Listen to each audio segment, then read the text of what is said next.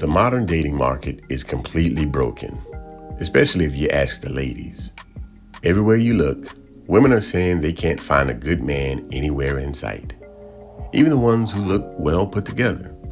They're out here trying to navigate hypergamy, chasing high-value men, but they can't seem to connect with anyone on their level.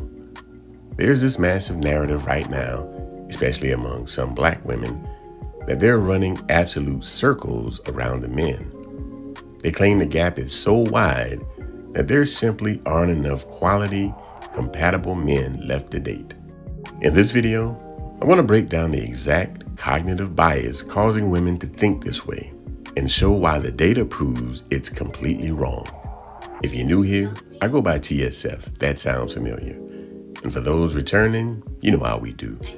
When I eat, all my people eat too. Get your dinner set. We about to eat on this one. Ending off another weekend meeting a bunch of bad bitches with good jobs. You niggas are pathetic. If you are out here claiming that you can't find a good woman that's put together, that got her shit going for her, if you can't find a quality woman out here, something is wrong with you. I just got done meeting a bad bitch with a good job. Pretty as fuck, a surgeon. Pretty as fuck, and will take your appendix out for you. I meet a bad bitch every fucking weekend with a good job. I meet a bad bitch that pays $5,000 in rent every weekend. What are you niggas talking about? You can't find you a baddie. What are y'all talking about? You know what? I have a theory about you niggas. I have a theory that the women you're looking for are chasing Drake. That's why you can't catch them. I have a theory that the women y'all are chasing is chasing Ja Morant and whatever these other young NBA players' niggas' names are, because I don't fucking know them. But they're not looking for you, and that's why you're having no luck. A lot of you niggas want women that the niggas you want to be have had. And because you want to be that nigga, or you wish you was like this with the nigga, you wish you was adjacent with the nigga, you only want that woman because of her proximity to him and these other niggas that you admire. But you don't want a bad bitch that's a surgeon. No, you want the bitch who's in her DMs is Drake and the other NBA players and niggas like that, rappers of the world. Shout out to this sister for doing the hard work that landed her in a network of successful, wealthy women with great careers. We love to see it. But here's the problem. She stepped right into a classic cognitive bias called the false consensus effect. This is a mental trap that completely warps your reality. It happens when you surround yourself entirely with people who look like you, talk like you, and think like you. Then you train your phone's algorithm to do the exact same thing. Eventually, your feed only shows you what you already want to see and hear. It's an echo chamber. You unconsciously start assuming that the tiny world inside your circle represents the entire general public. She made a huge point about meeting one successful woman a week living in a luxury apartment, paying $5,000 a month. Look, that doesn't mean what she thinks it means. In a population of millions, meeting one person a week just highlights how incredibly rare they actually are. If you intentionally run in a high-income circle, of course you're going to keep bumping into those type of women. That's the bias talking. Let's look at the actual math. According to Pew Research analysis of U.S. Census data, only 6% of black adults in the United States make six figures or more. Because men and women make up roughly equal parts of the population, that 6% is the middle ground. Let's make the math make sense. Picture a room with 100 black men and also 100 black women, total of 200 people. Only about 8% of black men earn six figures. That's just 8 men in that entire room. Only about 4% of black women earn six figures. That's just 4 women in the room. Combine them and you have 12 people out of 200 making six figures. And that's your 6%.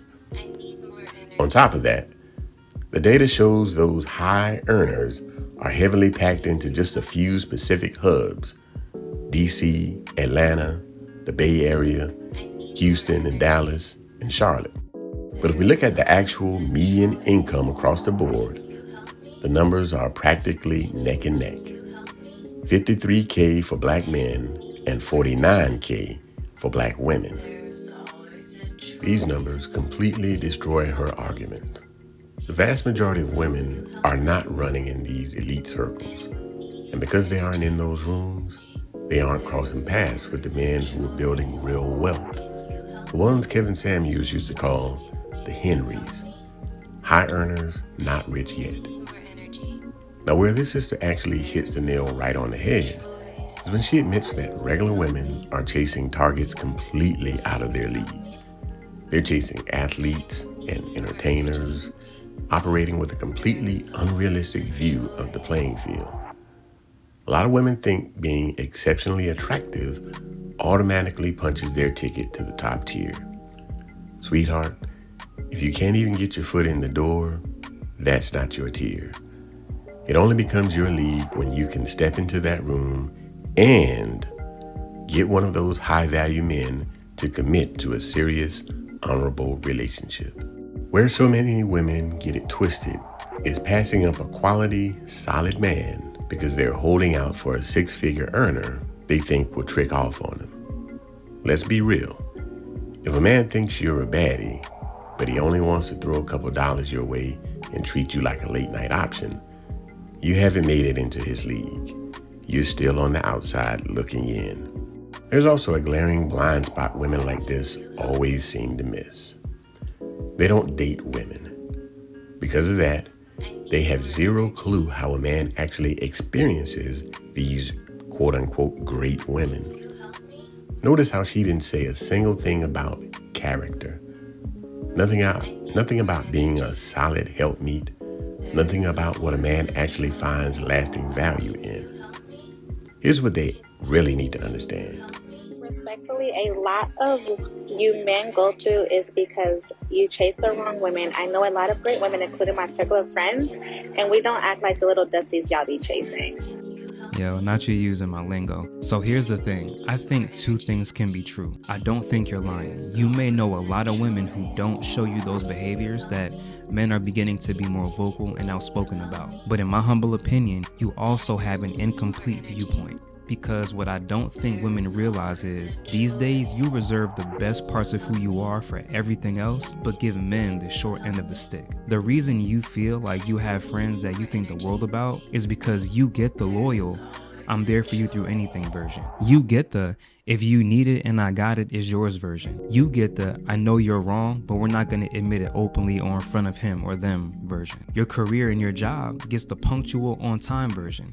They get the, I have responsibilities here and I want to do them to my best ability version. They get the, my manager or boss can call me out and hold me accountable and I'll be receptive even if I don't like it version. Men don't get that. We get the, you have to prove every step of the way you deserve my good side, my attention, my respect, my loyalty version. We get the, I'll hit you when I feel like it, but you need to make me feel like I'm a priority version. We get the, you don't deserve the benefit of the doubt version. The version that you get as her friend and the version that we get in wanting to be her man are two completely different women. To you, since you see the best and most vulnerable sides of her, she may not be one of them ones, but at the same time, she probably is. And there you have it. For the ladies pushing this narrative, knock it off. Women as a whole are not running circles around men as a whole. The math simply does not back it up. And for the high-earning women out there wondering where the high-earning black men are, they probably aren't trying to find you. They'd rather connect with women who actually align with their vision and program. The market is the market. Just because a man and a woman both make six figures doesn't mean they're evenly yoked. Stop pushing the false narrative, adjust your value proposition, and bring a better product to the market. Now that we got some understanding, I'm about to get up through here on y'all. If you got value from this video, hit the like button, subscribe to the channel, And watch one of these videos next.